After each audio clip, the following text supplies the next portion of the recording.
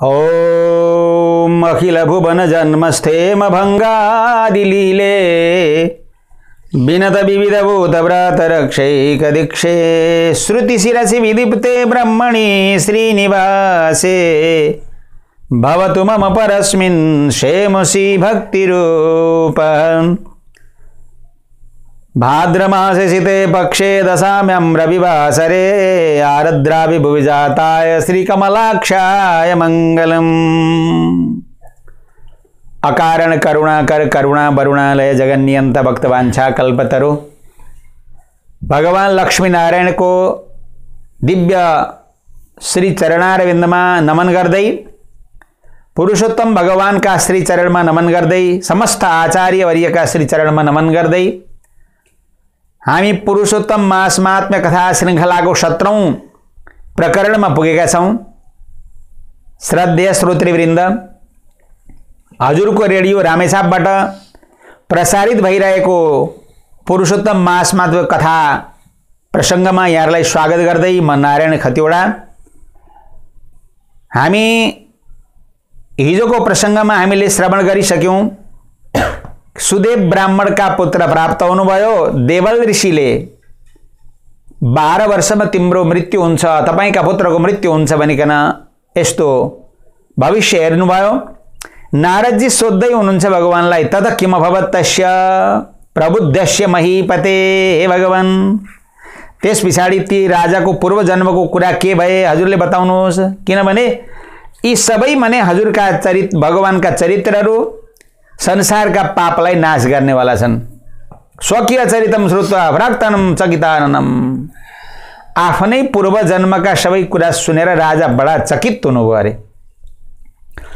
वाल्मीकि के भन्दै हुनुहुन्छ भनेदेखि चाहिँ इतिता शीतला वाचा समाकर्णे प्रिया मुखात सुदेवो धैर्यमालम्ब्य हरौ चित्तमधारयत। आफ्नी पत्नीले संसारमा हुनेवाला जुन कुरो छ त्यो भएरै छोड्छ माने पतिदेव। हे ब्राह्मण देव, तसर्थ सुर्ता गरेर माने शोक गरेर हुनेवाला केही पनि छैन। यसकारण हजुर धैर्य धारण गर्नुहोस्, भगवानका श्री चरणारविन्दको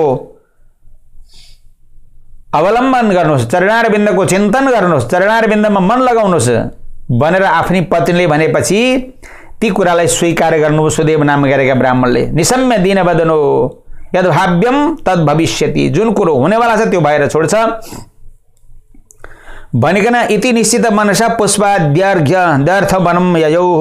पुष्प इत्यादिका निमित्त वनतिर लाग्नुभयो सुदेव ब्राह्मण भगवानको सेवा पूजा इत्यादि गर्नका निमित्त, हैन।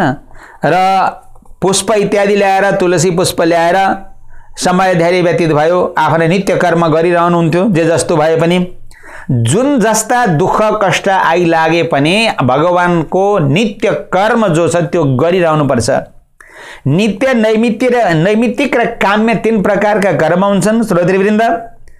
नित्य कर्म दैनिक गरिने सन्ध्या वन्दन उपासना यी नित्य कर्म हुन्। नैमित्तिक कर्म भनेका वामन द्वादशी एकादशी व्रत, राम जन्म भएको समय, भगवान कृष्ण जन्म भएको माने समय, रामनवमी, जन्माष्टमी, शिवरात्रि जस्ता यी नैमित्तिक कर्म पनि मनुष्यले गर्नुपर्छ। काम्य कर्म समय समयमा कोही पुत्र प्राप्तिका निमित्त, धन प्राप्तिका निमित्त, ऐश्वर्य प्राप्ति निमित्त, सिद्धि प्राप्तिका निमित्त गरिने कर्मलाई काम्य कर्म भनेर भनिन्छ। यस्ता प्रकारका कर्महरू पनि बेला बेला गर्नुपर्दछ। नित्य कर्म त छँदै नै छन्, आफ्ना त्यो जहिले गर्नुपर्छ। ब्राह्मण नित्य कर्म गर्नका निमित्त पुष्प अवचयन गर्न भनेर जानुभयो, पुष्प चयन गरेर आउनुहुन्छ, अब नित्य कर्म गर्नुहुन्छ। तस्मिन् दिने गच्छत वापिम सुनु महादृतम। गुरुकुलमा गएर पढ्दै थिए सुखदेव पुत्र। विधिको विधान टारेर नटर्ने सुदेव ब्राह्मण पुष्प लिएर घरमा आएर भगवानको सेवा गर्नुभयो। त्यसै दिन धेरै विद्यार्थीका साथमा सुखदेव पनि बापीमा गएर प्रवेश गरे, या ठुलो पोखरीमा गएर नुहाउन पौडी खेल्न भनेर लागे। महाभारत जलयन्त्रै छिपन्न बारी बालकेशु स्मरण। जल क्रीडा गर्नका निमित्त केही जलयन्त्रहरूद्वारा जल क्रीडा गर्दै हुनुहुन्थ्यो बालकहरू पोखरीमा। र पोखरीमा त्यही समयमा तो एवं सर्वेषु बालेषु क्रीडासु प्रेम निर्भरम, सबै बालकहरू खेल्दै हुनुहुन्थ्यो। खेल्दा खेल्दै सबैजना त प्राय प्राय निस्किनु सपपा न पलायन अनविच्छत सुहृद वर्ग भयाद्रुतम, अरूबाट भाग्नका निमित्त जलमी पानीमा नि डुबेर पनि भाग्नु पर्यो भनेर भाग्दा भाग्दै ती पोखरीमा जलमा डुबेका व्यक्ति निस्किँदै निस्केनन्। श्वास प्रश्वास बन्द भयो पानी मुनि र ती सुदेवको मृत्यु भयो। मृत्यु भएपछि विधिना नोइतस्तत्र नियम्य श्वासमात्मन, विधिले प्रेरणा गरेर ल्याएको विचारा बालकको श्वास प्रश्वास चलेन, फेर्न सकेनन् पानी मुनि। मज्जन गर्दा गर्दै माने पानीमा डुब्दा डुब्दै उनको प्राण निस्केर गयो। तत्र व्याकुली भूय ततो निर्गत, हेरे सबैले बालकहरूले हैन सुदेव कता गए, सुदेव कता गए, सुदेव कता गए, निस्केनन्। धेरै भयो समय भयो निस्केनन्। ननिस्किसके पछाडि धेरै पछाडि जब प्राण गइसके पछाडि बालक माथि निस्किए। बालकहरूले गएर सुदेव ब्राह्मणलाई, गौतमी ब्राह्मणीलाई सबै कुरा सुनाइदिनु भयो। वज्रपपात समाम वाचम बालानाम मति नति प्रियाम, वज्रपात भए जस्तो भयो ब्राह्मण ब्राह्मणीका शरीरमा। बालक मृत आफ्ना पुत्रलाई मृत्यु भएको देख्नुहुन्छ, भूमिमा लड्नुहुन्छ। पुत्र वत्सला एतस्मिन् एव समय बनादे विप्र समाययो, ब्राह्मण पनि आउनुभयो, गौतमी पनि त्यहाँनेरि।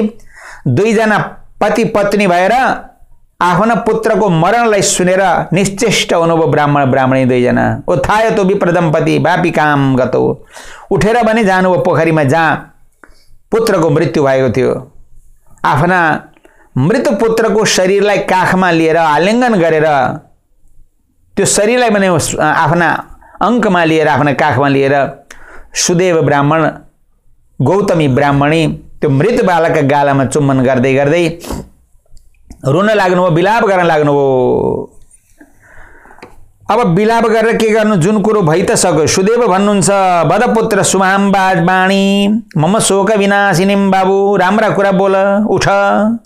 शीतलाम ललिताम वत्स मनसो मोदमावद, मनलाई सन्तुष्ट गराउने वचन बोल, उठ।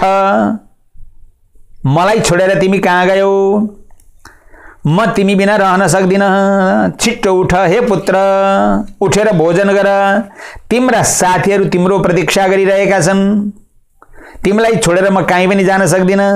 यसकाले भने बाबु उठ। बनेपि नैव गच्छामि गमने किम प्रयोजनम,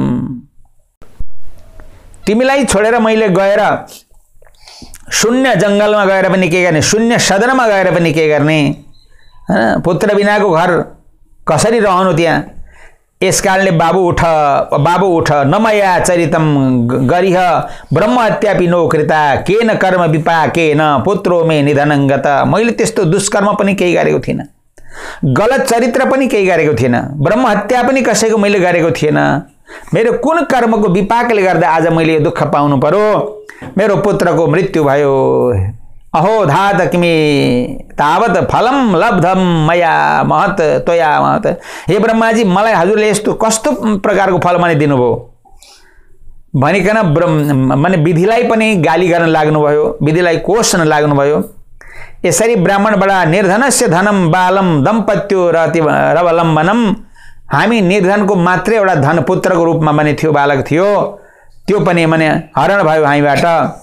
तपाईलाई लज्जा लाग्दैन हे विधि, जसरी दिनुभयो त्यसरी नै तपाईले लिनुभयो। सर्वत्र वदस्वस्तम वै मयि निर्दयताम गता, म जस्तो एउटा सामान्य ब्राह्मणलाई, अर्काको कुभलो नचाहने ब्राह्मणलाई तपाईले निर्दयतापूर्वक मेरो पुत्रको वध किन गरिदिनु भयो भनिकन यस्ता प्रकारले ब्राह्मण बडा दुखी हुनु। कुत्राम शोधयाम्याद्य पुत्रम प्रकृति सुन्दरम द्रक्षेतवारणम, पुत्र कुत्र पुत्र चारु सुलोचनम, अब तिमीले मैले कहाँ देख्नु होला, हैन तिम्रो सुन्दर मुख मैले कहाँ देख्नु होला। पर्जन्य स्रवते बारी सुते धान्यम वसुन्धरा, गिरयो रत्न जातानि मुक्ता सारम पयो निरीहि। ब्राह्मण भन्दै हुनुहुन्छ हैन, यो संसारमा पर्जन्यम स्रवते बारी, बादलले पानी वर्षाउँछन् हैन, मेघले पानी वर्षाउँछन्, बादलले पानी वर्षाउँछन्, पृथ्वी धान गहुँ जौ उब्जाउँछन्, पर्वतहरू नाना प्रकारका रत्नहरू धातुहरू दिन्छन्, समुद्र मणि मोती इत्यादि प्रदान गर्छन्। तर जहाँ मरेको छोरो मिलोस् त्यो देश कहीँ पनि छैन, देख्दिन हैन। सबै कुरा प्राप्त हुन्छ तर मृत वस्तु प्राप्त हुँदैन।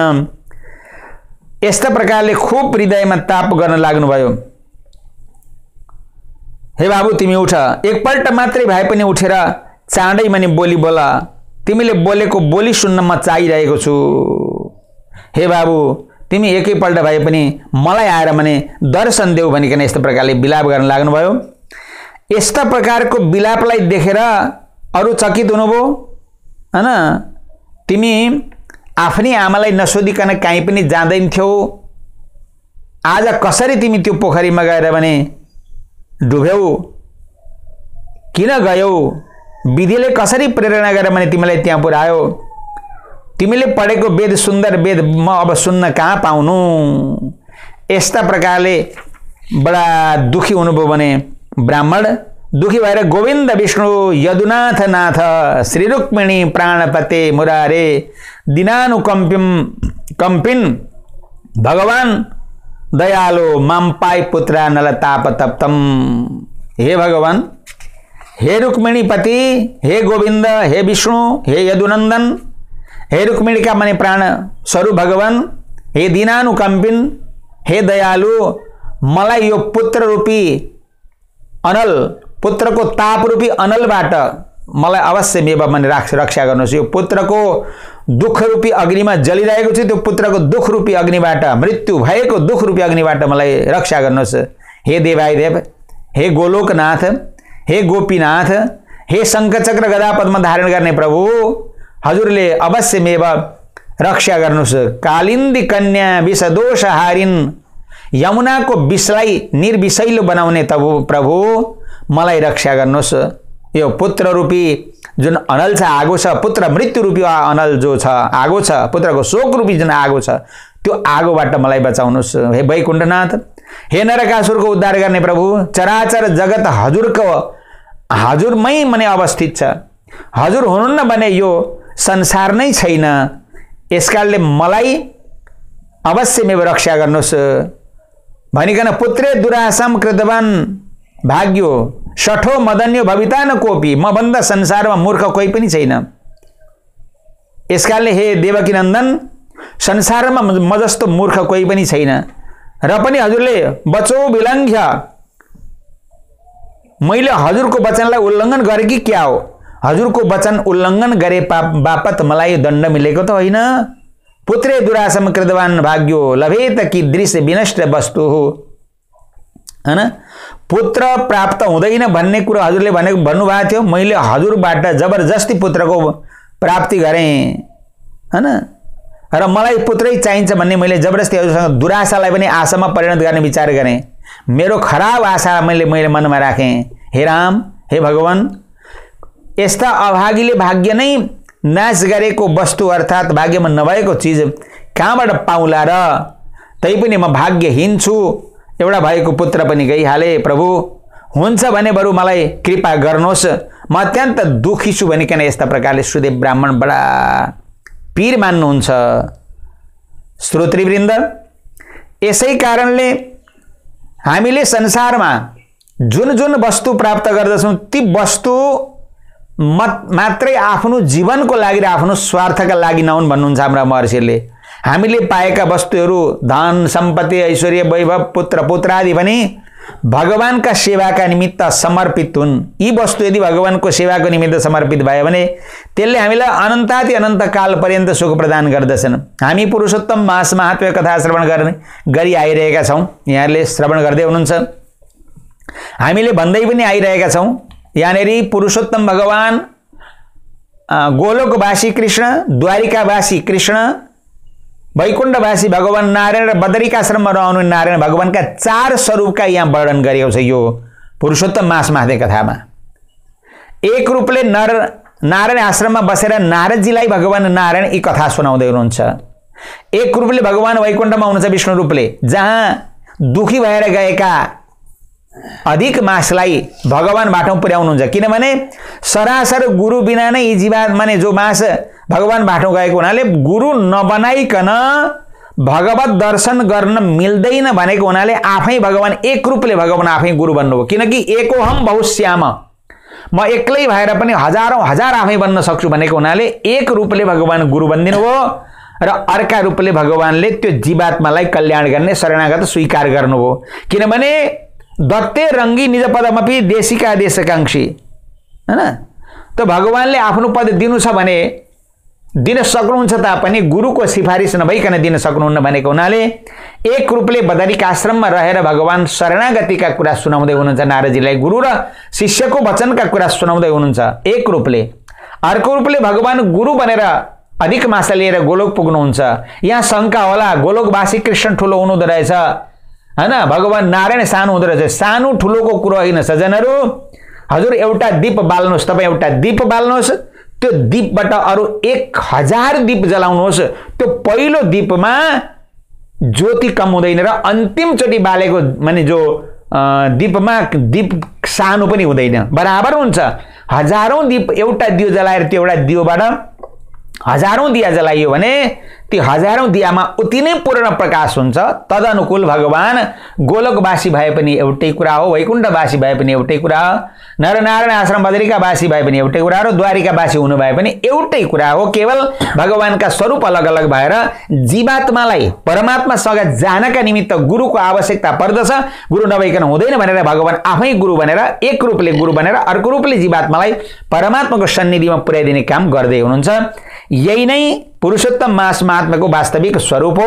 यस स्वरूपलाई माने हामीले स्वीकार गर्दै गर्दै हामीले यसलाई स्वीकार गर्नुपर्छ र यसबाट शिक्षा पाउनुपर्छ भन्ने कामना गर्दै पुत्रको दुःखमा डुबेका यस्ता सुदेव ब्राह्मणले विलाप गरेर अगाडि पुत्रको यो दुःखलाई कसरी निवारण गर्छन् यी प्रसङ्गहरू हामी अघिल्लो श्रृङ्खलामा यहाँलाई श्रवण गराउँछौँ भन्ने कामना गर्दै गर्दै आजको यस श्रृङ्खलालाई यहीँ विश्राम गर्ने अनुमति चाहँदै आजको कथा हामी यही विश्राम गर्छौं। हवस् त, सर्वे भवन्तु सुखिनः, सर्वे सन्तु निरामया, सर्वे भद्राणि पश्यन्तु मा कश्चित् दुःख भाग भवेत्। ओम शान्ति, ओम शान्ति, ओम शान्ति।